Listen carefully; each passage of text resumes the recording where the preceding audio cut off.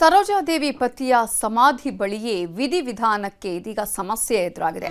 ಪತಿ ಸಮಾಧಿ ಪಕ್ಕ ಸರೋಜಾದೇವಿಯವರ ಅಂತ್ಯಕ್ರಿಯೆ ನಡೆಸಲ್ಲ. ಸರೋಜಾದೇವಿ ತಾಯಿ ಸಮಾಧಿ ಬಳಿ ಅಂತ್ಯಕ್ರಿಯೆಗೆ ನಿರ್ಧಾರವನ್ನ ಮಾಡಿದ್ದಾರೆ. ಅವರು ವಿಲ್ಲನ್ನ ಕೂಡ ಬರೆದಿದ್ದೀನಿ ಅನ್ನುವಂತಹ ವಿಚಾರವನ್ನ ವೀಕೆಂಡ್ ವಿತ್ ರಮೇಶ್ ಕಾರ್ಯಕ್ರಮದಲ್ಲಿ ಹೇಳ್ಕೊಂಡಿದ್ರು. ಆದರೆ ಆ ಭಾಗದಲ್ಲಿ ಇದೀಗ ಒಂದು ವಿಧಿವಿಧಾನಗಳನ್ನು ಮಾಡೋದಕ್ಕೆ ಸಮಸ್ಯೆ ಆಗ್ತಾ ಇದೆ ಅನ್ನುವಂತಹ ಕಾರಣಕ್ಕಾಗಿ ಅವರ ಅಂತ್ಯಕ್ರಿಯೆಯನ್ನ ಅವರ ತಾಯಿಯ ಸಮಾಧಿ ಬಳಿ ಮಾಡೋದಕ್ಕೆ ನಿರ್ಧಾರವನ್ನ ಮಾಡಲಾಗಿದೆ. ನಾಳೆ ಚನ್ನಪಟ್ಟಣದ ದಶವಾರ ಗ್ರಾಮದಲ್ಲಿ ಅಂತ್ಯಕ್ರಿಯೆಯನ್ನ ನೆರವೇರಿಸಲಾಗುತ್ತೆ. ತಾಯಿ ರುದ್ರಮ್ಮ ಅವರ ಸಮಾಧಿ ಪಕ್ಕದಲ್ಲೇ ಅಂತ್ಯಕ್ರಿಯೆಗೆ ನಿರ್ಧಾರವನ್ನು ಕೈಗೊಳ್ಳಲಾಗಿದ್ದು, ಸರೋಜಾದೇವಿಯ 3 ದತ್ತ ಮಕ್ಕಳಿಂದ ಒಕ್ಕೊರಲ ತೀರ್ಮಾನವನ್ನು ಕೈಗೊಳ್ಳಲಾಗಿದೆ. 3 ಎಕರೆ ವಿಸ್ತೀರ್ಣದಲ್ಲಿದೆ ಸರೋಜಾದೇವಿಯವರ ಗಾರ್ಡನ್. ಅವರ ಹೆಸರಲ್ಲೇ ಇದೆ, ಬಿ ಸರೋಜಾದೇವಿ ಗಾರ್ಡನ್ ಅಂತ ಹೇಳಿ. ಆ ಅಂತ್ಯಕ್ರಿಯೆಯ ಜಾಗವನ್ನ ಪರಿಶೀಲಿಸಿದ್ದಾರೆ ಎಸ್ಪಿ ಶ್ರೀನಿವಾಸ್ ಗೌಡ. ಗಣ್ಯರು ಜನ ಸೇರೋದ್ರಿಂದ ಬಂದೋಬಸ್ತ್ಗಳನ್ನ ಪರಿಶೀಲನೆಯನ್ನ ಈಗಾಗಲೇ ಅವರು ಮಾಡಿದ್ದಾರೆ. ನಾಳೆ ಅಲ್ಲಿ ಅಂತ್ಯ ಸಂಸ್ಕಾರವನ್ನ ನಡೆಸಲಾಗುತ್ತೆ. ಚನ್ನಪಟ್ಟಣದಲ್ಲಿರುವಂತಹ ದಶವಾರ ಅನ್ನುವಂತಹ ಅವರ ತೋಟ ಇದೆ. ಅದರಲ್ಲಿ ಈಗ ಹೆಸರನ್ನು ಕೂಡ ನಿಮಗೆ ತೋರಿಸಿದ್ವಿ, ಬಿ ಸರೋಜಾದೇವಿ ಗಾರ್ಡನ್ ಅನ್ನುವಂತಹ ಈ ಒಂದು ತೋಟ ಅಂದರೆ ಅವರಿಗೆ ತುಂಬ ಇಷ್ಟ, ಪ್ರಕೃತಿ ಅಂದರೆ ತುಂಬ ಇಷ್ಟ. ಅವರು ಹೆಚ್ಚಿನ ಸಮಯವನ್ನು ಅಲ್ಲಿ ಕಳೀತಾ ಇದ್ರು. ನಾಳೆ ಹುಟ್ಟೂರಲ್ಲಿ ಅವರ ಅಂತ್ಯಕ್ರಿಯೆಯನ್ನು ನೆರವೇರಿಸಲಾಗತ್ತೆ. ಅದಕ್ಕೆ ಬೇಕಾದಂತಹ ಸಿದ್ಧತೆಗಳನ್ನು ಅಲ್ಲಿ ಮಾಡಿಕೊಳ್ಳಲಾಗ್ತಾ ಇದೆ. ಹಾಗೆಯೇ ಅಲ್ಲಿ ಗಣ್ಯರು ಬರ್ತಾರೆ, ಜೊತೆಗೆ ಸಾಕಷ್ಟು ಜನ ಸೇರ್ತಾರೆ, ಅಭಿಮಾನಿಗಳು ಸೇರ್ತಾ ಇರೋದ್ರಿಂದ ಬಂದೋಬಸ್ತ್ನ ಪರಿಶೀಲನೆಯನ್ನು ಕೂಡ ಇದೀಗ ಎಸ್ಪಿ ಶ್ರೀನಿವಾಸ್ ಗೌಡ ಪರಿಶೀಲಿಸಿದ್ದಾರೆ.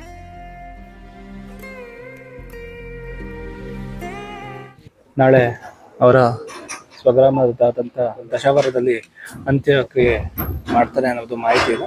ಆ ಕಾರಣದಿಂದ ಇಲ್ಲಿ ಜಾಗವನ್ನು ಪರಿಶೀಲನೆ ಮಾಡಿ ಬಂದೋಬಸ್ತ್ಗೆ ಎಲ್ಲ ರೀತಿಯ ಏರ್ಪಾಡುಗಳನ್ನು ತಯಾರಿ ಮಾಡ್ಕೊತಿದ್ದೀವಿ. ಏನು ನಾಳೆ ಟೆಂಟೇಟಿವ್ ಆಗಿ ಒಂದು 11 ಗಂಟೆ ನಂತರದಲ್ಲಿ ಇಲ್ಲಿ ಬರ್ಬೋದು ಅಂತ ಹೇಳಿದ್ದಾರೆ. ಆ ಕಾರಣದಿಂದ ನಾವು ನಮ್ಮ ಅಧಿಕಾರಿಗಳೆಲ್ಲ ಇಲ್ಲಿ ಬಂದು ಸ್ಥಳ ಪರಿಶೀಲನೆ ಮಾಡಿದ್ದೀವಿ. ರೋಡ್ ಏನಿದೆ, ರೋಡು ಚೆನ್ನಾಗಿರೋ ರೋಡ್ ಇದೆ. ಇಲ್ಲಿ ಪಾರ್ಕಿಂಗ್ಗೆ ವ್ಯವಸ್ಥೆಗಳನ್ನು ನಾವು ಮಾಡ್ಕೊತಾ ಇದ್ದೀವಿ. ಅಕ್ಕಪಕ್ಕ ಏನು ಜಾಗಗಳಿದೆ, ಅಲ್ಲಿ ಜಮೀನುಗಳಿದೆ, ಅಲ್ಲಿ ಅವರನ್ನ ಅನುಮತಿ ಪಡೆದು ಫರ್ದರ್ ಪಾರ್ಕಿಂಗ್ ಸ್ಥಳಗಳನ್ನು ನಾವು ಮಾಡ್ಕೊತಿದ್ದೀವಿ. ಜೊತೆಗೆ ಜನ ಏನು ನಿರೀಕ್ಷೆ ಇದೆ ಬರ್ತಾರೆ ಅಂತ, ಅದ್ರ ತಕ್ಕಂತೆ ನಾವು ಬ್ಯಾರಿಕೇಡಿಂಗ್ ಎಲ್ಲ ವ್ಯವಸ್ಥೆಯನ್ನು ಮಾಡ್ಕೊತೀವಿ. ಬಹುಭಾಷಾ ನಟಿ ಸರೋಜಾದೇವಿಯವರು ನಿಧನರಾಗಿದ್ದು, ಈಗಾಗಲೇ ಅವರ ಅಂತಿಮ ದರ್ಶನ ಕೂಡ ನಡೀತಾ ಇದೆ. ನಾಳೆ ಚನ್ನಪಟ್ಟಣ ತಾಲೂಕಿನ ಅವರ ಸ್ವಗ್ರಾಮ ದಶವಾರ ಗ್ರಾಮದಲ್ಲಿ ಇರತಕ್ಕಂಥ ಅವರ ತೋಟದಲ್ಲಿ ಅಂತಿಮ ಕ್ರಿಯೆಯನ್ನು ಮಾಡಲಿಕ್ಕೆ ಸಿದ್ಧತೆಯನ್ನು ಮಾಡ್ಕೊಳ್ಳಲಾಗ್ತಾ ಇದೆ. ನಿಮಗೆ ಆ ದೃಶ್ಯವನ್ನು ತೋರಿಸುವಂಥ ಪ್ರಯತ್ನ ಮಾಡ್ತಾ ಇದ್ದೀನಿ. ದಶವಾರ ಗ್ರಾಮಕ್ಕೆ ಏನು ಪ್ರವೇಶವನ್ನು ಮಾಡುವಂಥ ಸಂದರ್ಭದಲ್ಲಿ ಮೊದಲಿಗೆ ಒಂದು ತೋಟ ಸಿಗ್ತದೆ. ಅದಕ್ಕೆ ಈಗಾಗಲೇ ಡಾಕ್ಟರ್ ಬಿ ಸರೋಜಾದೇವಿ ಗಾರ್ಡನ್ ಅಂತೇಳಿ ಹೆಸರನ್ನು ಕೂಡ ಇಡಲಾಗಿದೆ. ಇದೇ ಒಂದು ತೋಟದಲ್ಲಿ ಅವರ ತಾಯಿಯ ಅಂತ್ಯಕ್ರಿಯೆಯನ್ನು ಕೂಡ ಮಾಡಲಾಗಿದೆ. ಅವರ ಸಮಾಧಿ ಕೂಡ ಇದೇ ತೋಟದಲ್ಲಿ ಇರುವಂಥದ್ದು. ಈಗ ಏನು ಸರೋಜಾದೇವಿಯವರ ಅಂತ್ಯಕ್ರಿಯೆಯನ್ನು ಕೂಡ ಇದೇ ತೋಟದಲ್ಲಿ ಮಾಡ್ತಾರೆ ಎನ್ನುವಂಥ ಅಧಿಕೃತ ಮಾಹಿತಿ ಕೂಡ ಲಭ್ಯ ಆಗ್ತಾ ಇರತಕ್ಕಂಥದ್ದು. ಈಗಾಗಲೇ ಸ್ಥಳದಲ್ಲಿ ಚನ್ನಪಟ್ಟಣದ ಏನು MK ದೊಡ್ಡಿ ಪೊಲೀಸ್ ಠಾಣೆಯ ಪೊಲೀಸರು, ಜೊತೆಗೆ ಗ್ರಾಮಾಂತರ ಪೊಲೀಸ್ ಠಾಣೆಯ ಪೊಲೀಸರು ಕೂಡ ಸ್ಥಳಕ್ಕಾಗಮಿಸಿ ಆ ಸ್ಥಳವನ್ನು ಪರಿಶೀಲನೆಯನ್ನು ಕೂಡ ಮಾಡ್ತಾ ಇದ್ದಾರೆ. ನಾಳೆ ಬೆಳಿಗ್ಗೆ 11:30 ಗಂಟೆಗೆ ಸರೋಜಾದೇವಿಯವರ ಮೃತದೇಹ ಏನು ಈ ಒಂದು ಗ್ರಾಮಕ್ಕೆ, ಅವರ ಹುಟ್ಟೂರು ದಶವಾರ ಗ್ರಾಮಕ್ಕೆ ಬರ್ತಾ ಇರುವಂಥದ್ದು. ಹಾಗಾಗಿ ಈಗಾಗಲೇ ಸಕಲ ಸಿದ್ಧತೆಯನ್ನು ಕೂಡ ಮಾಡಿಕೊಳ್ಳಲಾಗ್ತಾ ಇದೆ.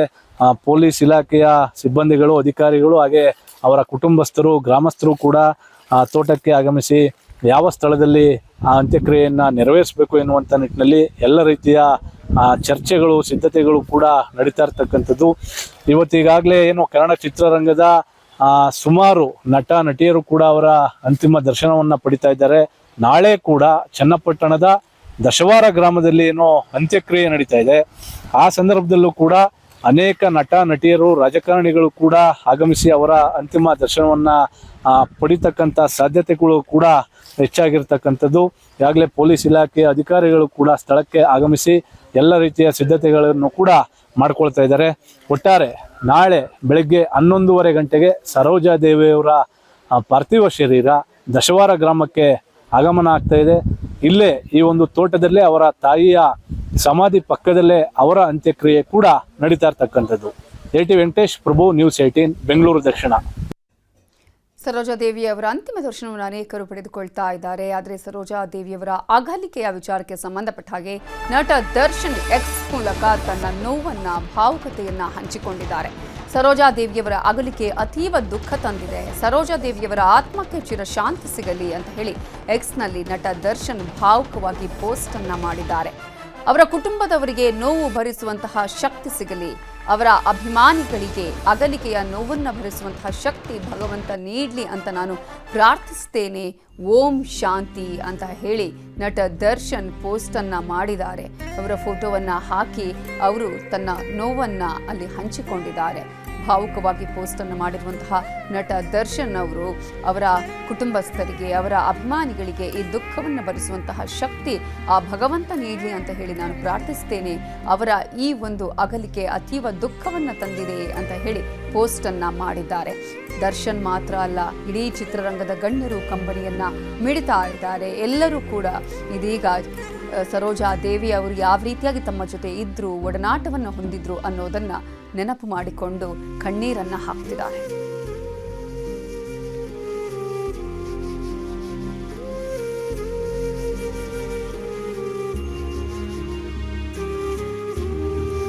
ಡಾಕ್ಟರ್ ಬಿ ಸರೋಜಾದೇವಿ ಅವರ ಅಂತಿಮ ದರ್ಶನದ ವ್ಯವಸ್ಥೆಯನ್ನ ಮಾಡಲಾಗಿದೆ. ಅವರ ನಿವಾಸದಲ್ಲಿ ಅಂತಿಮ ದರ್ಶನವನ್ನು ಅನೇಕ ಗಣ್ಯರು ಪಡೆದುಕೊಳ್ತಾ ಇದ್ದಾರೆ. ಅವರ ಅಂತಿಮ ದರ್ಶನವನ್ನು ಪಡೆದುಕೊಂಡ ಬಳಿಕ, ನಮನವನ್ನು ಸಲ್ಲಿಸಿದ ಬಳಿಕ ಗಣ್ಯರು ಮಾತನಾಡಿದ್ದಾರೆ. ಯಾರ್ಯಾರು ಏನೇನು ಹೇಳಿದ್ದಾರೆ, ತಮ್ಮ ಒಡನಾಟವನ್ನು ಹೇಗೆ ನೆನಪಿಸಿಕೊಂಡ್ರು ನೋಡೋಣ. ಎಲ್ಲ ಭಾಷೆಗಳ ಚಿತ್ರಗಳಲ್ಲಿ ಭಾಗವಹಿಸಿ ಒಬ್ಬ ಮಹಾನ್ ನಟಿ ಅನ್ನಿಸ್ಕೊಂಡಂಥ ಒಂದು ನಟಿ. ಹಾಗೆ ಒಂದು ಮಹಾನ್ ನಟಿ ಅನ್ನೋದು ಇಷ್ಟು ಒಳ್ಳೆ ಮನಸ್ಸು.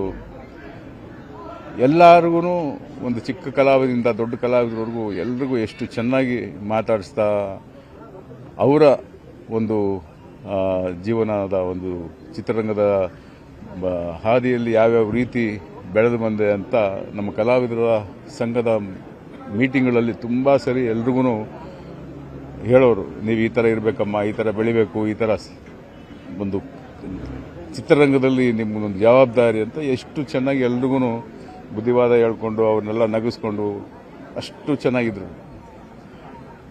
ನನಗೊಂದು ತುಂಬ ಆಸೆ ಇತ್ತು, ಅಮ್ಮ ಒಂದು ಪಿಕ್ಚರ್ ಮಾಡಬೇಕು ನಿಮ್ಮ ಜೊತೆಯಲ್ಲಿ ಅಂತ. ಒಂದು ಅವಕಾಶ ಸಿಕ್ತು ನನಗೆ ನಟ ಸಾರ್ವಭೌಮ ಚಿತ್ರದಲ್ಲಿ ಪುನೀತ್ ರಾಜ್ಕುಮಾರ್ ಜೊತೆ. ಅಮ್ಮ ನನ್ನ ತಮ್ಮ ಅಂತ ಅಷ್ಟು ಬಾಯಿ ತುಂಬ ಮಾತಾಡಿ ಅವರು ರೇಗಿಸ್ತಾ ಮಜವಾಗಿರೋದು. ಸರಿ, ನಾವು ಊಟಕ್ಕೆ ಸುಮಾರು ಸರಿ ಊಟಕ್ಕೆ ಬಂದಿದ್ದೀನಿ, ಅಮ್ಮನ ಜೊತೆಲಿ ಊಟ ಮಾಡಿದ್ದೀನಿ. ನನಗೆ ಯಾಕೋ ಈ ಒಂದು ತಿಂಗಳಿಂದ ತುಂಬಾ ನನಗೆ ಕಾಡ್ತಾ ಇತ್ತು. ಫೋನ್ ಮಾಡಿದಾಗ ಎಲ್ಲ ಒಂದ್ಸರಿ ಮಾತಾಡಿದ್ರು, ಮಹಿಷಾರೆಲ್ಲ ನಾನು ಫೋನ್ ಮಾಡ್ತೀನಿ ಮಾತಾಡ್ತೀನಿ ಅಂತ. ಆಮೇಲೆ ಸುಮಾರು ಸರಿ ಟ್ರೈ ಮಾಡಿ ಸಿಗಲಿಲ್ಲ. ನೀವು ನಂಬಲ್ಲ, 3 ದಿನಕ್ಕೆ ಮುಂಚೆ ಫೋನ್ ಮಾಡಿದೆ ನಾನು ಅಮ್ಮನ ಫೋನ್ಗೆ. ಫೋನ್ ಮಾಡಿ ಯಾಕೋ ತುಂಬಾ ಮಾತಾಡಬೇಕು ಅನಿಸ್ತು, ಮಾತಾಡೋಣ ಅಂತ ಫೋನ್ ಮಾಡಿದೆ ಅಮ್ಮನ 3 ದಿನಕ್ಕೆ ಮುಂಚೆ. ಮಾಡಿದಾಗ ಫೋನ್ ತೆಗೆದಿಲ್ಲ. ಆಮೇಲೆ ನಾನು ಇಂದುವರೆಗೆ ಫೋನ್ ಮಾಡಿದೆ ಅವ್ರ ಮಗಳಿಗೆ, ಅಮ್ಮ ಅಮ್ಮನ ಹತ್ರ ಮಾತಾಡಬೇಕಲ್ಲಮ್ಮ, ನಾನು ತುಂಬ ದಿನ ಆಯಿತು, ನೀವಿದ್ದೀರ ನಾನು ಬರ್ತೀನಿ ಅಂದೆ. ಇಲ್ಲ ಅಂಕಲ್, ನಾನು ದುಬೈಯಲ್ಲಿದ್ದೀನಿ, ಬಂದಮೇಲೆ ಇವತ್ತು ಅಮ್ಮನ್ನ ನೋಡೋಣ ಅಂತ ತುಂಬ ಆಸೆ ಪಟ್ಟಿದ್ದೆ. ಫೋನ್ ಮುಖಾಂತರ ಅವ್ರು ಹೇಳಿದ್ದು ಮಾತು ಈ ಥರ ಹೋಗ್ಬಿಟ್ರೋಣ ಅಂತ ತಕ್ಷಣ ತುಂಬ ನೋವಾಯಿತು ನನಗೆ. ಅಮ್ಮನ ಆತ್ಮಿಗೆ ಶಾಂತಿ ಸಿಗಲಿ ಅಂತ ಈ ಸಂದರ್ಭದಲ್ಲಿ ನಾನು ಕೋರ್ಕೋತೀನಿ.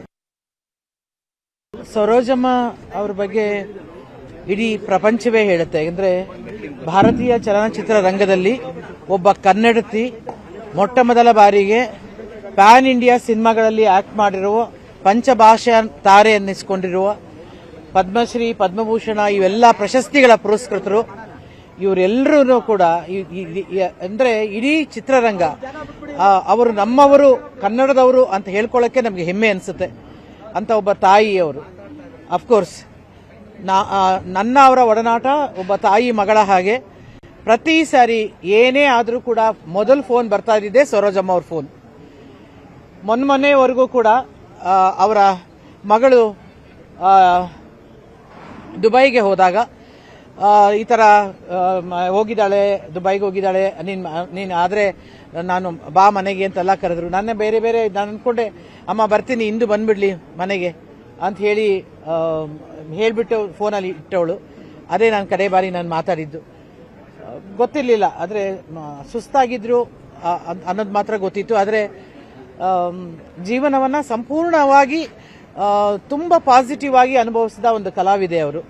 ಅಂತಂದರೆ ಅವರನ್ನು ನಾವೆಲ್ಲರೂ ಬಹಳ ಅತ್ಯಂತ ಗೌರವದಿಂದ ನೋಡುವಂಥ ಒಂದು ವ್ಯಕ್ತಿತ್ವ ಅವರದು. ಅದು ಯಾವುದೇ ಒಂದು ಅವ್ರ ಬಗ್ಗೆ ನಾನು ಯಾವುದೋ ಒಂದು ನೆಗೆಟಿವ್ ಕೇಳಿದ್ದೇ ಇಲ್ಲ. ಆ ಥರದ ಒಂದು ವ್ಯಕ್ತಿತ್ವವನ್ನು ಬೆಳೆಸಿಕೊಂಡಂಥ ಅಥವಾ ಒಂದು ಹೀರೋ ಸಮಾನರಾದ ಯಾರಾದರೂ ಇದ್ರೆ ಒಂದು ಗಂಡಸಿಗೆ ಸಮಾನರಾಗಿ ಬದುಕದಂಥ ಕಲಾವಿದೆ ಅವರು. ಇವತ್ತು ನಮ್ಮನ್ನು ದೈಹಿಕವಾಗಿ ಮಾತ್ರ ಅವರು ಹೋಗಿದ್ದಾರೆ, ಆದರೆ ನಮ್ಮ ಜೊತೆ ಯಾವಾಗಲೂ ಇದ್ದೇ ಇರ್ತಾರೆ, ನಮ್ಗೆ ಆಶೀರ್ವಾದ ಮಾಡೇ ಮಾಡ್ತಾರೆ ಅನ್ನೋ ನಂಬಿಕೆ ನಮ್ಮೆಲ್ಲರದು. ಕೊನೆ ಉಸಿರಿರೋವರೆಗೂ ನನ್ನ ಕೈಲಿ ಮರಕ್ಕೆ ಸಾಧ್ಯನೇ ಇಲ್ಲ. ತುಂಬ ವಿಶೇಷವಾದಂಥ ಕ್ಷಣ ನಾನು ನಿಮ್ಗೆ ಹೇಳಬೇಕು ಅಂತಂದರೆ, ನಾನು ಯಾವುದೋ ಒಂದು ನನ್ನ ಸಿನಿಮಾದ ಪ್ರಮೋಷನ್ಗೆ ಅಂತ ಯಾವುದೋ ಒಂದು TV ಚಾನಲಲ್ಲಿ ಲೈವ್ ಕೂತಿರ್ತೀನಿ. ಲೈವ್ ಕೂತಿದ್ರೆ ಈ ಮೇರು ಕಲಾವಿದೆ ಆ ಚಾನಲ್ ಲೈವ್ ಕಾರ್ಯಕ್ರಮದಲ್ಲಿ ಕೆಳಗಡೆ ಕೊಟ್ಟಂಥ ನಂಬರ್ನ ಫೈಂಡ್ ಔಟ್ ಮಾಡಿ ಅವ್ರ ಮನೆಯಿಂದ ನನಗೆ ಕಾಲ್ ಮಾಡ್ತಾರೆ. ಅದು ಲೈವು ಅಂತ ಕೂಡ ಅವರು ಹಿಂಜರಿಕೆ ತಗೊಳ್ದೆ ಲೈವಲ್ಲಿ ಹೇಳ್ತಾರೆ, ನೀನು ತುಂಬ ಚೆನ್ನಾಗಿ ಆ್ಯಕ್ಟ್ ಮಾಡಿದ್ಯಾ, ನೀ ತುಂಬ ಒಳ್ಳೆಯ ಕಲಾವಿದೆ, ಇನ್ನೂ ಹೆಚ್ಚೆಚ್ಚು ಸಿನಿಮಾಗಳು ನೀನು ಮಾಡಬೇಕು, ಈ ಸಿನಿಮಾದಲ್ಲಿ ತುಂಬ ಚೆನ್ನಾಗಿ ಆ್ಯಕ್ಟ್ ಮಾಡಿದ್ಯಾ, ಇವಾಗಲೂ ನೀನು ತುಂಬ ಚೆನ್ನಾಗಿ ಕಾಣ್ತಾ ಇದೆಯಾ.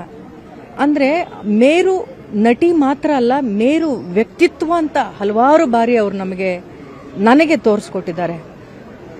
ತುಂಬ ಆತ್ಮೀಯವಾಗಿ ಮನೆ ಕರೆಯೋರು, ಕಲಾವಿದ್ರ ಮೇಲೆ ತುಂಬ ಪ್ರೀತಿ. ಅಮ್ಮನಿಗೆ ನನ್ನ ಅಮ್ಮಂದ್ರನ್ನ ಕಂಡ್ರೆ ಅವ್ರಿಗೆ ವಿಶೇಷವಾದ ಪ್ರೀತಿ. ಯಾವಾಗಲಾದರೂ ಮನೇಲಿ ತುಂಬ ಬೋರ್ ಆಗಿದ್ದಾಗ ಫೋನ್ ಮಾಡೋರು ನನಗೆ, ಬಾರೋ ಮಗಳೇ ತುಂಬ ದಿನ ಆಯಿತು ನಿನ್ನ ನೋಡಿ, ನೀವು ಒಬ್ಬಳೇ ಬರಬೇಡ, ಅಮ್ಮಂದ್ರನ್ನು ಕರ್ಕೊಂಡು ಬಾ ಅನ್ನೋರು. ನಮ್ಮ ಅಮ್ಮ ಬಂದಾಗ ಅವರು ಮಾತಾಡ್ತಾ ಇದ್ದಿದ್ದು ಏನೂ ಅಲ್ಲ, ರಂಗಭೂಮಿ ಕತೆಗಳು. ರಾಜ್ಕುಮಾರ್ ಅಪ್ಪಾಜಿಯವರು ರಂಗಭೂಮಿಯಲ್ಲಿದ್ದಾಗ ಹೇವಿ ಅವ್ರದ್ದು. ಮೇಡಮ್ ಅವರು ನಾವು ಒಂದೇ ಏರಿಯಾ ಆಗಿರೋದ್ರಿಂದ, ಅಕ್ಕಪಕ್ಕ ರಸ್ತೆ ಆಗಿರೋದ್ರಿಂದ ಒಂಥರ ತಾಯಿ ಥರ ಅವರು ನನಗೆ. ಅವ್ರಿಗೆ ಯಾವಾಗಾದರೂ ನೋಡಬೇಕು ಅಂದರೆ ನಮ್ಮ ಪ್ರಿಯಗಳಿಗೆ ಹೇಳಿ ಕರೆಸಿ ಅವ್ರನ್ನ ಅನ್ನೋರು. ಕರೆದಿ ಪಾಪ ದೋಸೆ ಎಲ್ಲ ಮಾಡಿ ತಿನ್ಸೋರು ನನಗೆ. ನನಗೂ ಭಾಳ ಅವ್ರ ಜೊತೆ ಮಾತಾಡೋದು ಒಂದು ಭಾಳ ದೊಡ್ಡ ಸಂತೋಷ ನನಗೆ. ಸೊ ಹಾಗಾಗಿ ನಾವು ಒಂದು ಭಾಳ ಮಧುರವಾದ ಸಮಯಗಳನ್ನ ಅವ್ರ ಜೊತೆ ನಾನು ಕಳೆದಿದ್ದೀವಿ. ಸ್ಟಿಲ್ ಲಾಟ್ ಆಫ್ ಸ್ಟೋರೀಸ್ ಎಲ್ಲ ಸಿನಿಮಾ ಬಗ್ಗೆ ಅವ್ರು ಬಂದು ದಾರಿ ಫೋನ್ ಮಾಡಿ ಭಾಳ ಅಪ್ರಿಷಿಯೇಟ್ ಮಾಡೋವಂಥದ್ದು ಅಂತ ಒಂದು ದೊಡ್ಡ ಹೆಂಗಸು ಅವರು. ಗ್ರಾಮೀಣ ಭಾಗದಿಂದ ಬಂದು ಇವತ್ತು ಇಡೀ ಭಾರತದಲ್ಲಿ ಎಲ್ಲ ಸೂಪರ್ ಸ್ಟಾರ್ಸ್ಗಳ ಜೊತೆ ಆ್ಯಕ್ಟ್ ಮಾಡಿದಂಥವ್ರು. ಅದು ವಿಶೇಷವಾಗಿ MGR ಮತ್ತು ಅವರ ಪೇರು ಮತ್ತು ಇಲ್ಲಿ ರಾಜ್ಕುಮಾರ್ ಮತ್ತು ಅವರ ಪೇರು ಅವಿಸ್ಮರಣೀಯ ಅಂತ ಅದ್ಭುತವಾದಂಥ ನಟಿ ಅವರು. ತುಂಬ ಜೀವನ ನಡೆಸಿದ್ದಾರೆ. ಅನನ್ಯವಾದಂಥ ಶಿವನ ಭಕ್ತಿ ಆಕೆ. ಅವರು ನನಗೆ ಕರೆದು ಒಂದು ದಿನ ಕೇಳಿದ್ದೇನು ಅಂದರೆ, ನೋಡಪ್ಪ ನಮ್ಮ ಮನೆ ಮುಂದೆ ತಾವರೆ ಗಿಡ ಎಲ್ಲ ಒಣಗೋಗ್ಬಿಟ್ಟಿದೆ, ಎಲ್ಲರೂ ಅರೇಂಜ್ ಮಾಡಿ ಅಂದರೆ ಪಾಪ ಈ ಮಂಜು ನಮ್ಮ ಇವನೇ ಅವ್ರ ಊರಿಂದ ತೊಗೊಂಬಂದು ಅದೆಲ್ಲ ಇನ್ಸ್ಟಾಲ್ ಮಾಡ್ದಾಗಲ್ಲ ಪಾಪ ಅವ್ರಿಗೆ ಆ ತಾವರೆ ಹೂವು ಶಿವ ಅದು ಅಷ್ಟಿಷ್ಟ. ನೋಡಿ ಅದು ಕಾಕ್ತಾಳೇನೋ ಏನೋ ಇವತ್ತು ಸೋಮವಾರ ಪ್ರಶಾಂತವಾದಂಥ ಒಂದು ನಿರ್ಗಮನ ಅವರಿಂದ ಆಯಿತು. ನನ್ನ ಪ್ರಕಾರ ಭಾಳ ಶ್ರೇಷ್ಠವಾದ ತಲೆಗಳು ಇವರೆಲ್ಲ. ದೊಡ್ಡ ಲಾಸ್ ಅಷ್ಟೆ. ಆಮೇಲೆ ನಾನೆಲ್ಲರೂ ಸ್ವಲ್ಪ ಟಯರ್ಡ್ ಆಗಿದ್ದೀನಿ ಅಂತ ಏನೋ ಅನಿಸ್ಬಿಟ್ರೆ, ಶಿವಾಜಿ ಗಣೇಶನಲ್ಲ ಸರೋಜಾ ರೆಸ್ಟ್ ತಗೋ, ಒಂದು 10 ನಿಮಿಷ ಪರವಾಗಿಲ್ಲ ರೆಸ್ಟ್ ತಗೋ, ಆಮೇಲೆ ಮಾಡೋ ನೀನು ಆ್ಯಕ್ಟಿಂಗ್ ಎಲ್ಲ ಅಂತ ಹೇಳಿ ಅಷ್ಟು ಕೋಪ್ರೇಟ್ ಮಾಡೋರಂತೆ ಒಬ್ಬೊಬ್ಬರು ಆರ್ಟಿಸ್ಟು. ಅವ್ರನ್ನ ಏನೋ ಒಂದು ರೀತಿ ಅವ್ರ ಮನೆ ಮಗಳ ಥರ. ನೋಡಿ, ತಮಿಳ್ನಾಡಲ್ಲಿ ಇವತ್ತೂ ಕೂಡ ಒಂದು ತುಂಬ ಏನಾದರೂ ಸ್ವಲ್ಪ ವಯ್ಯಾರದಲ್ಲಿ ನೋಡಿದ್ರೆ ಅದಕ್ಕೆ ಇನ್ನೊಂದು ಹೆಸರು ಇಡ್ತಾರೆ, ಏನು ಸರೋಜಾದೇವಿ ಥರ ನಡೀತೀಯ ನೀನು ಅಂತ ಹೇಳೋವಂಥದ್ದು. ಇದು ಅಂತಂಥ ಅದ್ಭುತ. ನನಗಂತೂ ಅವರ ಆ ಅಮ್ಮನಿಗೆ ಯಾವಾಗಲೂ ನಾನು ಫೋನ್ ಮಾಡಿ ಹಾಡ್ತಾ ಇದ್ದಿದ್ದು ಹಾಡೇ ಆಕಾಶವೇ ಬೀಳಲಿ ಮೇಲೆ ಅಂತ ಹಾಡಿ ರೇಗಿಸ್ತಾ ಇದ್ದೆ ನಾನು ಅವ್ರಿಗೆ. ಎಲ್ಲಿ ನೋಡಿದೆ ಅನ್ನೋರು, ಇಲ್ಲ ನೀವು ಬಂದು ನಮ್ಮ ಥಿಯೇಟ್ರಲ್ಲಿ ಒಂದ್ಸರಿ ನೋಡಬೇಕು ಅಂತ ಹೇಳಿ ನಾನು ನನ್ನ ಥಿಯೇಟ್ರಲ್ಲಿ ಹಾಕಿ ಪಿಕ್ಚರ್ನ ಅವ್ರಿಗೆ ತೋರಿಸಿದ್ದು ಉಂಟು. ಹಾಗೆ she was A wonderful lady. ಈಗ ನಿರ್ಧಾರ ಮಾಡ್ತಿದ್ದಾರೆ ಅವ್ರದ್ದು ಇಲ್ಲಿ ಕೊಡಿಗೆಹಳ್ಳಿ ಹತ್ರ ಮಾಡಬೇಕು ಅಂತ. ಅದು ಅಪಾರ್ಟ್ಮೆಂಟ್ ಎಲ್ಲ ಇದಾವೆ ಪಕ್ಕದಲ್ಲಿ. ಕಡೆಗಳಿಗೆಲ್ಲ ಯಾರೋ ತೊಂದರೆ ಕೊಟ್ಬಿಟ್ರೆ ಎನ್ಕ್ವೈರಿ ಮಾಡಿ ಅಂತ ಹೇಳಿದ್ದೀನಿ. ಅವ್ರದ್ದೇನೋ ತೋಟ ಬೇರೆ ಇದೆ ಅಂತೆ. 100% ಅದು ಎಲ್ಲ ಥರದ ಗೌರವವನ್ನು ನಾಟ್ ಓನ್ಲಿ ಸರ್ಕಾರ, ಇವನ್ ಇಂಡಸ್ಟ್ರಿನೂ ಕೂಡ ಮಾಡಬೇಕಾಗ್ತದೆ. ಯಾಕಂದರೆ ಶಿ ಈಸ್ ಎ ಒಂಥರ ಮದರ್ ಲೇಡಿ. ಅವರು ಇವತ್ತಿಂದ ಹೆಜ್ಜೆ ಹಾಕ್ದವ್ರಲ್ಲ. ಯಾವಾಗ 1950s ಬಂದಂಥ ಇದು ಹೊನ್ನಪ್ಪ ಭಾಗವತರವ್ರ ಜೊತೆ ನಡೆಸಿದಂಥ ಅದೇ ಫಸ್ಟ್ ಇಂಟ್ರೊಡಕ್ಷನ್ ಅಂತ ಕಾಣುತ್ತೆ ಅವ್ರದ್ದು. ಅಲ್ಲಿಂದ ಕೂಡ ಪಾಪ ಅವ್ರ ಹೆಜ್ಜೆ ಹಾಕೊಂಡು ಬಂದಿರೋವಂಥದ್ದು. ಅದು ಗೊತ್ತಾಗ್ಬಿಡಿ ಅವ್ರ ಬಗ್ಗೆ. ಧರ್ಮಸ್ಥಳದ ಭಾಗದಲ್ಲಿ ನೂರಾರು ಶವವನ್ನ ಹೂತಿಟ್ಟ ಆರೋಪಕ್ಕೆ ಸಂಬಂಧಪಟ್ಟ ಹಾಗೆ ಪ್ರಕರಣದ ಸಮಗ್ರ ತನಿಖೆಗೆ ರಾಜ್ಯ ಮಹಿಳಾ ಆಯೋಗ ಆಗ್ರಹವನ್ನ ಮಾಡ್ತಾ ಇದೆ. ತನಿಖೆಗೆ ಎಸ್ಐಟಿ ರಚಿಸಬೇಕು ಅಂತ ಹೇಳಿ ಸಿಎಂ ಸಿದ್ದರಾಮಯ್ಯ ಅವರಿಗೆ ಮಹಿಳಾ ಆಯೋಗ ಪತ್ರವನ್ನ ಬರೆದಿದ್ದು, ಧರ್ಮಸ್ಥಳದಲ್ಲಿ ಸಾಕಷ್ಟು ಶವಗಳನ್ನು ಹೂಳಲಾಗಿದೆ, ಆ ಭಾಗದಲ್ಲಿ ನೂರಾರು ಶವ ಹೂತಿಟ್ಟ ಆರೋಪಕ್ಕೆ ಸಂಬಂಧಪಟ್ಟ ಹಾಗೆ ಪ್ರಕರಣದ ಸಮಗ್ರ ತನಿಖೆ ಆಗಬೇಕು ಅಂತ ರಾಜ್ಯ ಮಹಿಳಾ ಆಯೋಗ ಆಗ್ರಹವನ್ನು ಮಾಡಿ ಸಿಎಂ ಸಿದ್ದರಾಮಯ್ಯ ಅವರಿಗೆ ಪತ್ರವನ್ನ ಬರೆಯಲಾಗಿದೆ. ತನಿಖೆಗೆ ಎಸ್ಐಟಿ ರಚಿಸಬೇಕು ಅಂತ ಹೇಳಿ ಸಿಎಂಗೆ ಮಹಿಳಾ ಆಯೋಗ ಪತ್ರವನ್ನ ಬರೆದಿದೆ.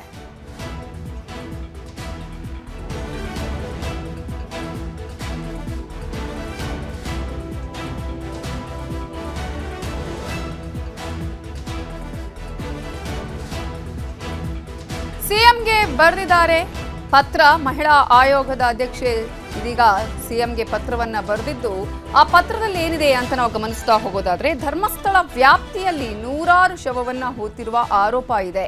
ವ್ಯಕ್ತಿಯೊಬ್ಬರು ನ್ಯಾಯಾಲಯದಲ್ಲಿ ಹೇಳಿಕೆಯನ್ನ ದಾಖಲಿಸಿದ್ದಾರೆ. ರಾಷ್ಟ್ರೀಯ ಸುದ್ದಿ ವಾಹಿನಿಯಲ್ಲಿ ತಲೆಬುರುಡೆ ಸಿಕ್ಕ ವರದಿಯಾಗಿದೆ. 20ಕ್ಕೂ ಹೆಚ್ಚು ವರ್ಷದಿಂದ ದೌರ್ಜನ್ಯ, ಹತ್ಯೆ, ಅತ್ಯಾಚಾರ ಆಗಿದೆ. ಅಸ್ವಾಭಾವಿಕ ಸಾವು, ನಾಪತ್ತೆ ಪ್ರಕರಣಗಳ ಬಗ್ಗೆ ಕೂಡ ಹೇಳಲಾಗಿದೆ. ಅನೇಕ ಕುಟುಂಬಗಳು ತಮ್ಮ ಮಕ್ಕಳ ನಾಪತ್ತೆಯ ಬಗ್ಗೆ ಹೇಳಿದ್ದಾರೆ. ಪೊಲೀಸ್ ಠಾಣೆಗೆ ಹೋದಂತಹ ಸಂದರ್ಭದಲ್ಲಿ ಸ್ಪಂದಿಸಿಲ್ಲ ಅನ್ನುವಂತಹ ಆರೋಪವೂ ಕೂಡ ಇದೆ. ಹೀಗಾಗಿ ಇಡೀ ಕೇಸ್ನ ಸಮಗ್ರ ನಿಷ್ಪಕ್ಷಪಾತವಾದಂತಹ ತನಿಖೆಯನ್ನ ನಡೆಸಬೇಕಾಗಿದೆ. ಇಲ್ಲಿ ಹಿರಿಯ ಪೊಲೀಸ್ ಅಧಿಕಾರಿಗಳ ನೇತೃತ್ವದಲ್ಲಿ ಎಸ್ಐಟಿಯನ್ನ ರಚನೆ ಮಾಡಬೇಕು ಅಂತ ಹೇಳಿ ಸಿಎಂಗೆ ರಾಜ್ಯ ಮಹಿಳಾ ಆಯೋಗದ ಅಧ್ಯಕ್ಷೆಯಾಗಿರುವಂತಹ ನಾಗಲಕ್ಷ್ಮಿ ಚೌಧರಿ ಅವರು ಪತ್ರವನ್ನ ಬರೆದಿದ್ದಾರೆ. ಸಿಎಂಗೆ ಅವರು ಪತ್ರವನ್ನ ಬರೆದಿರೋದು ಇವತ್ತು ಎಸ್ಐಟಿ ರಚನೆ ಮಾಡೋದಕ್ಕೆ ಆಗ್ರಹವನ್ನ ಮಾಡಿ ಪತ್ರವನ್ನ ಬರೆದಿದ್ದಾರೆ. 20 ವರ್ಷಗಳಿಂದ ಆಗಿರುವ ಅಸಹಜ ಸಾವಿನ ವಿವರ ಕೊಡಿ ಅಂತ ಹೇಳಿ ದಕ್ಷಿಣ ಕನ್ನಡ ಎಸ್ಪಿಗೂ ಮಹಿಳಾ ಆಯೋಗದಿಂದ ಪತ್ರವನ್ನ ಬರೆಯಲಾಗಿದೆ. ರಾಜ್ಯ ಮಹಿಳಾ ಆಯೋಗದ ಅಧ್ಯಕ್ಷೆಯಾಗಿರುವಂತಹ ನಾಗಲಕ್ಷ್ಮಿ ಚೌಧರಿ ಅವರು ದಕ್ಷಿಣ ಕನ್ನಡ ಎಸ್ಪಿಗೂ ಪತ್ರವನ್ನ ಬರೆದಿದ್ದಾರೆ. ಕಳೆದ 20 ವರ್ಷಗಳಿಂದ ಆಗಿರುವಂತಹ ಅಸಹಜ ಸಾವುಗಳು ಯಾವ್ಯಾವ್ದಿದೆ ಅದರ ಬಗ್ಗೆ ಮಾಹಿತಿಯನ್ನ ಕೊಡಿ, ವಿವರಣೆಯನ್ನ ಕೊಡಿ ಅಂತ ಹೇಳಿ ದಕ್ಷಿಣ ಕನ್ನಡ ಎಸ್ಪಿಗೂ ಮಹಿಳಾ ಆಯೋಗ ಇದೀಗ ಪತ್ರವನ್ನ ಬರೆದಿದ್ದು, ರಾಜ್ಯ ಮಹಿಳಾ ಆಯೋಗದ ಅಧ್ಯಕ್ಷೆ ನಾಗಲಕ್ಷ್ಮಿ ಚೌಧರಿ ಅವರು ಪತ್ರವನ್ನ ಬರೆದಿದ್ದಾರೆ. ಸಿಎಂಗೂ ಕೂಡ ಅವರು ಪತ್ರವನ್ನ ಬರೆದಿದ್ದಾರೆ. ಅದೇ ರೀತಿಯಾಗಿ ದಕ್ಷಿಣ ಕನ್ನಡದ ಎಸ್ಪಿಗೂ ಕೂಡ ಪತ್ರವನ್ನ ಬರೆದಿದ್ದು, ಎಸ್ಪಿಗೆ ಬರೆದ ಪತ್ರದಲ್ಲಿ ಏನಿದೆ ಅಂತ ನಾವು ಗಮನಿಸ್ತಾ ಹೋಗೋದಾದ್ರೆ, ಈಗಾಗಲೇ 20 ವರ್ಷಗಳಿಂದ ಆಗಿರುವ ಸಾವಿನ ಒಂದು ಡೀಟೇಲ್ಸ್ ಅನ್ನ ಕೊಡಿ, ಅಸಹಜ ಸಾವಿನ ಡೀಟೇಲ್ಸ್ ಅನ್ನ ಕೇಳಿದ್ದಾರೆ. ಧರ್ಮಸ್ಥಳ ಭಾಗದಲ್ಲಿ ನೂರಾರು ಶವ ಹೂತಿರುವ ಆರೋಪ ಇದೆ. ಕೋರ್ಟ್ನಲ್ಲಿ ವ್ಯಕ್ತಿಯೊಬ್ಬರು ಹೇಳಿಕೆಯನ್ನ ದಾಖಲಿಸಿದ್ದಾರೆ. ರಾಷ್ಟ್ರೀಯ ಸುದ್ದಿ ವಾಹಿನಿಯಲ್ಲಿ ತಲೆಬುರುಡೆ ಸಿಕ್ಕ ವರದಿಯಾಗಿದೆ. 20ಕ್ಕೂ ಹೆಚ್ಚು ವರ್ಷದಿಂದ ದೌರ್ಜನ್ಯ, ಹತ್ಯೆ, ಅತ್ಯಾಚಾರ ಆಗಿದೆ. ಅಸ್ವಾಭಾವಿಕ ಸಾವು ಸಂಭವಿಸಿದೆ. ನಾಪತ್ತೆ ಪ್ರಕರಣಗಳಾಗಿದೆ ಅಂತ ಹೇಳಲಾಗಿದೆ. ಸೊ ಅನೇಕ ಕುಟುಂಬಗಳು ತಮ್ಮ ಮಕ್ಕಳ ನಾಪತ್ತೆ ಬಗ್ಗೆ ಹೇಳಿದ್ದಾರೆ. ಈ ಹಿನ್ನೆಲೆಯಲ್ಲಿ ವಿದ್ಯಾರ್ಥಿ ಧರ್ಮಸ್ಥಳವಾಗಿ ನಾಪತ್ತೆ ಆಗಿದ್ದಾರೆ. ಪತ್ತೆ ಆದವರು ಎಷ್ಟು, ಪತ್ತೆ ಆಗಬೇಕಾದ ಪ್ರಕರಣಗಳು ಎಷ್ಟು, ಕೊಲೆ, ಅತ್ಯಾಚಾರ ಪ್ರಕರಣಗಳಲ್ಲಿ ಕೈಗೊಂಡ ಕ್ರಮಗಳು ಏನು, ಈ ಪತ್ರ ತಲುಪಿದ 7 ದಿನದೊಳಗೆ ಎಲ್ಲ ವಿವರವನ್ನ ಸಲ್ಲಿಸಿ ಅಂತ ಪತ್ರ ಬರೆದಿದ್ದಾರೆ. ಇದೇ ವಿಚಾರಕ್ಕೆ ಸಂಬಂಧಪಟ್ಟ ಹಾಗೆ ಇನ್ನಷ್ಟು ಡೀಟೇಲ್ಸ್ ಅನ್ನ ಕೊಡೋದಕ್ಕೆ ನಮ್ಮ ರಿಪೋರ್ಟರ್ ಕಾರ್ತಿಕ್ ಈಗ ನೇರ ಸಂಪರ್ಕದಲ್ಲಿ ಜಾಯ್ನ್ ಆಗಿದ್ದಾರೆ. ಕಾರ್ತಿಕ್, ಈಗಾಗಲೇ ಮಹಿಳಾ ಆಯೋಗದ ಅಧ್ಯಕ್ಷರು ಈಗ ಸಿದ್ದರಾಮಯ್ಯ ಅವರಿಗೆ ಎಸ್ಐಟಿ ರಚನೆಗೆ ಅದೇ ರೀತಿಯಾಗಿ ದಕ್ಷಿಣ ಕನ್ನಡ ಎಸ್ಪಿಗೂ ಪತ್ರವನ್ನ ಬರೆದಿದ್ದಾರೆ. ಏನೆಲ್ಲ ಅಂಶಗಳನ್ನು ಉಲ್ಲೇಖ ಮಾಡಿ ಆಗ್ರಹಿಸಿದ್ದಾರೆ?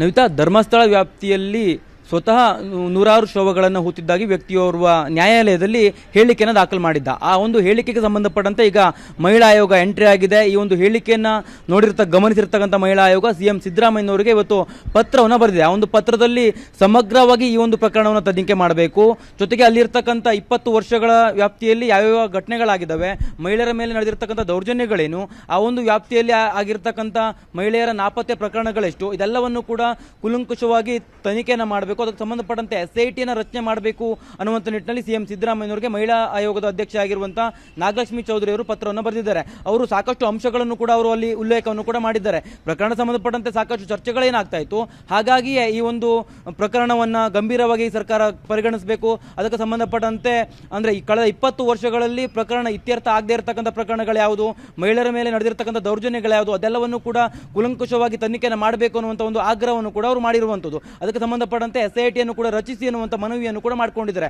ಅದರ ಜೊತೆಗೆ ದಕ್ಷಿಣ ಕನ್ನಡದ SP ಗೂ ಕೂಡ ನಾಗಲಕ್ಷ್ಮಿ ಚೌಧರಿ ಅವರು ಒಂದು ಪತ್ರವನ್ನು ಬರೆದಿದ್ದಾರೆ. ಆ ಒಂದು ಪತ್ರದಲ್ಲಿಯೂ ಕೂಡ ಅಂದ್ರೆ ಈ ಒಂದು ಪತ್ರ ತಲುಪಿದ 7 ದಿನಗಳ ಒಳಗಾಗಿ ಸಾಕಷ್ಟು ಮಾಹಿತಿಗಳನ್ನು ಒದಗಿಸಿ ಅನ್ನುವಂಥ ನಿಟ್ಟಿನಲ್ಲಿ ಅವರು ಪತ್ರವನ್ನು ಬರೆದಿದ್ದಾರೆ. ಅವರು ಪತ್ರದಲ್ಲಿ ಉಲ್ಲೇಖಿಸಿರುವಂಥದ್ದು ಕಳೆದ 20 ವರ್ಷಗಳಲ್ಲಿ ಧರ್ಮಸ್ಥಳ ವ್ಯಾಪ್ತಿಯಲ್ಲಿ ಏನೆಲ್ಲ ಘಟನೆಗಳಾಯಿತು, ಯಾವ್ಯಾವ ಘಟನೆಗಳು ಇದುವರೆಗೂ ಕೂಡ ಅಂದ್ರೆ ಇತ್ಯರ್ಥವನ್ನು ಪಡೆದುಕೊಂಡಿಲ್ಲ, ಮಹಿಳೆಯರ ಮೇಲೆ ಆಗಿರತಕ್ಕಂಥ ದೌರ್ಜನ್ಯಗಳು ಯಾವ್ಯಾವುದು, ಅಲ್ಲಿ ನಾಪತ್ತೆಯಾಗಿರ್ತಕ್ಕಂಥ ಮಹಿಳೆಯರ ಪ್ರಕರಣಗಳಲ್ಲಿ ಎಷ್ಟು ಪ್ರಕರಣಗಳಲ್ಲಿ ಅವರನ್ನು ಪತ್ತೆ ಮಾಡುವಂಥ ಕೆಲಸ ಆಗಿದೆ, ಪತ್ತೆ ಆಗದೆ ಇರತಕ್ಕಂಥ ಕೆಲಸಗಳು ಯಾವುದು, ಅತ್ಯಾಚಾರ ಪ್ರಕರಣಗಳಲ್ಲಿ ವಿವರಣೆಯನ್ನು ಕೂಡ ನೀವು ಸಲ್ಲಿಸಿ ಅನ್ನುವಂಥ ನಿಟ್ಟಿನಲ್ಲಿ ಅವರು ಪತ್ರವನ್ನು ಬರೆದಿದ್ದಾರೆ. ಜೊತೆಗೆ ಅತ್ಯಾಚಾರ ಪ್ರಕರಣಗಳಲ್ಲಿ ಎಷ್ಟು ತಾರ್ಕಿಕ ಅಂತ್ಯಕ್ಕಾಗಿದೆ, ಅಂದ್ರೆ ಅಲ್ಲಿರ್ತಕ್ಕಂಥ ಆರೋಪಿಗೆ ಶಿಕ್ಷೆ ಆಗಿದೆ, ಶಿಕ್ಷೆ ಆಗದೆ ಇರತಕ್ಕಂಥ ಪ್ರಕರಣಗಳೆಷ್ಟು, ಬೆಳಕಿಗೆ ಬರೆದಿರ್ತಕ್ಕಂಥ ಪ್ರಕರಣಗಳು ಯಾವುದು, ಮಿಸ್ಸಿಂಗ್ ಕೇಸ್ಗಳು ಎಷ್ಟೆಲ್ಲ ಅಲ್ಲಿ ಅಂದ್ರೆ ನಮೂದಾಗಿದೆ ಅನ್ನುವಂಥದ್ದು ಎಲ್ಲವನ್ನು ಕೂಡ ಸಮಗ್ರವಾಗಿ ಮಾಹಿತಿಯನ್ನು ಕೊಡಿ ಅನ್ನುವಂಥ ನಿಟ್ಟಿನಲ್ಲೂ ಕೂಡ ಅವರು ಪತ್ರವನ್ನು ಬರೆದಿದ್ದಾರೆ. ಒಂದು 7 ದಿನಗಳ ಒಳಗಾಗಿ ನೀವು ಮಾಹಿತಿಯನ್ನು ಮಹಿಳಾ ಆಯೋಗಕ್ಕೆ ಕಳಿಸಿ ಅನ್ನುವಂಥ ನಿಟ್ಟಿನಲ್ಲೂ ಕೂಡ ಅವರು ಪತ್ರವನ್ನು ಬರೆದಿರ್ತಕ್ಕಂಥದ್ದು. ಹಾಗಾಗಿ ಈ ಒಂದು ವಿಚಾರ ಸಾಕಷ್ಟು ಸಾಮಾಜಿಕ ಜಾಲತಾಣಗಳಲ್ಲೂ ಕೂಡ ಚರ್ಚೆ ಆಗ್ತಿತ್ತು. ಹಾಗಾಗಿ ಮಹಿಳಾ ಆಯೋಗವು ಕೂಡ ಈಗ ಎಂಟ್ರಿ ಆಗಿದೆ. ಮಹಿಳಾ ಆಯೋಗ ಈ ಒಂದು ಪ್ರಕರಣಕ್ಕೆ ಸಂಬಂಧಪಟ್ಟಂತೆ ಸಾಕಷ್ಟು ವಿವರಣೆಯನ್ನು ಕೂಡ ಕೋರಿದೆ. ಜೊತೆಗೆ CM ಸಿದ್ದರಾಮಯ್ಯನವರಿಗೂ ಕೂಡ ಪ್ರಕರಣವನ್ನು ತನಿಖೆ ಮಾಡಬೇಕು ಅನ್ನೋ ನಿಟ್ಟಿನಲ್ಲಿ ಆಗ್ರಹಿಸಿ SIT ಅನ್ನು ಕೂಡ ರಚನೆ ಮಾಡಿ ಅನ್ನೋ ನಿಟ್ಟಿನಲ್ಲೂ ಕೂಡ ವಿನಂತಿಯನ್ನ ಮಾಡಿಕೊಂಡಿದೆ. ಕಾರ್ತಿಕ್, ಈಗ ಮಹಿಳಾ ಆಯೋಗದ ಎಂಟ್ರಿ ಆಗಿರೋದ್ರಿಂದ 2 ಕಡೆಗಳಲ್ಲಿ CMಗೂ ಕೂಡ ಒತ್ತಾಯವನ್ನು ಮಾಡಿ ಪತ್ರ ಬರೆದಿದ್ದಾರೆ. ಜೊತೆಗೆ ಈಗ SP ಎಂದು ಕೂಡ ಮಾಹಿತಿಯನ್ನು ಪಡೆದುಕೊಳ್ತಾ ಇದ್ದಾರೆ. ಏನಾಗಬಹುದು ಇದೀಗ? ಸರ್ಕಾರ ನಿರ್ಧಾರ ತೆಗೆದುಕೊಳ್ಳುವಂತಹ ಸಾಧ್ಯತೆಗಳು ಕಾಣಿಸ್ತಾ ಇದೆಯಾ ಹೇಗೆ SIT ವಿಚಾರದಲ್ಲಿ? ನವಿತಾ ಜೈನ್, ಸರ್ಕಾರ ಇದಕ್ಕೆ ಸಂಬಂಧಪಟ್ಟಂತೆ ಸ್ಪಷ್ಟನೆಯನ್ನು ಕೊಡಬೇಕಾಗಿದೆ. ಯಾಕಂದರೆ ಸರ್ಕಾರದಿಂದ ಅಥವಾ ಮುಖ್ಯಮಂತ್ರಿಗಳು ಮಹಿಳಾ ಆಯೋಗಕ್ಕೆ ರಿಪ್ಲೈಯನ್ನು ಬರೀತಾರೆ ಅನ್ನುವಂಥದ್ದು ಕಾದು ನೋಡಬೇಕಾಗಿದೆ. ಯಾಕೆಂತಂದರೆ ಮಹಿಳಾ ಆಯೋಗ ಅಲ್ಲಿ ಉಲ್ಲೇಖ ಮಾಡಿರ್ತಕ್ಕಂಥದ್ದು ಕಳೆದ 20 ವರ್ಷಗಳ ವ್ಯಾಪ್ತಿಯಲ್ಲಿ ನಡೆದಂತಹ ಒಂದು ಘಟನೆಯನ್ನು ಆಧರಿಸಿ ಅವರು ಒಂದು ಪತ್ರವನ್ನು ಬರೆದಿದ್ದಾರೆ. ಕಳೆದ 20 ವರ್ಷಗಳಲ್ಲಿ ಏನೇನೆಲ್ಲ ಘಟನೆಗಳಾಯಿತು, ಅದಕ್ಕೆ ಸಂಬಂಧಪಟ್ಟಂತೆ ಯಾವ್ಯಾವ ಪ್ರಕರಣಗಳು ಇತ್ಯರ್ಥ ಆಗಿಲ್ಲ ಇದುವರೆಗೂ, ಪೊಲೀಸರ ಮೇಲೆಯೂ ಕೂಡ ಒಂದು ಕೆಲವೊಂದಿಷ್ಟು ಆರೋಪಗಳು ಕೇಳಿಬಂದಿರುವಂತಹ ಹಿನ್ನೆಲೆಯಲ್ಲಿ ಇದನ್ನು ಸಾಕಷ್ಟು ಗಂಭೀರವಾಗಿ ಪರಿಗಣಿಸಬೇಕು ಅನ್ನುವಂಥ ಒಂದು ಮನವಿಯನ್ನು ಮಾಡಿಕೊಂಡಿದೆ. ಜೊತೆಗೆ ಅದರಲ್ಲೂ ಪ್ರಮುಖವಾಗಿ ಮಹಿಳೆಯರ ಮೇಲೆ ನಡೆದಂಥ ಅತ್ಯಾಚಾರ ಪ್ರಕರಣಗಳಿರ್ಬೋದು ಅಥವಾ ಮಹಿಳೆಯರ ನಾಪತ್ತೆ ಪ್ರಕರಣಗಳಿರ್ಬೋದು, ಇದೆಲ್ಲದರ ವಿವರಣೆಯನ್ನು ಕೂಡ ಪಡಿಬೇಕು ಅನ್ನುವಂಥ ನಿಟ್ಟಿನಲ್ಲೂ ಕೂಡ ಅವರು SPಗೆ ಅಂದ್ರೆ ಮನವಿಯನ್ನು ಕೂಡ ಮಾಡಿಕೊಂಡಿದ್ದಾರೆ, ಪತ್ರವನ್ನು ಕೂಡ ಬರೆದಿದ್ದಾರೆ. ಜೊತೆಗೆ CM ಸಿದ್ದರಾಮಯ್ಯವ್ರಿಗೂ ಕೂಡ ಅವರು SIT ರಚನೆ ಮಾಡಿ ಅನ್ನುವಂಥ ನಿಟ್ಟಿನಲ್ಲಿ ಮನವಿಯನ್ನು ಮಾಡಿಕೊಂಡಿರುವಂಥ ಹಿನ್ನೆಲೆಯಲ್ಲಿ ಸರ್ಕಾರ ಇದರ ತನ್ನ ನಿರ್ಧಾರವನ್ನು ಹೇಗೆ ಪ್ರಕಟಿಸುತ್ತೆ ಅನ್ನುವಂಥದ್ದು ಕೂಡ ಕಾದು ನೋಡಬೇಕಾಗಿದೆ. ಸ್ವತಃ CM ಸಿದ್ದರಾಮಯ್ಯವರು ಇದಕ್ಕೆ ಏನೆಲ್ಲ ರಿಪ್ಲೈಗಳನ್ನು ಬರೀತಾರೆ ಮಹಿಳಾ ಆಯೋಗಕ್ಕೆ ಅನ್ನುವಂಥದ್ದು ಕೂಡ ಕಾದು ನೋಡಬೇಕಾಗಿದೆ. ನವಿತಾ.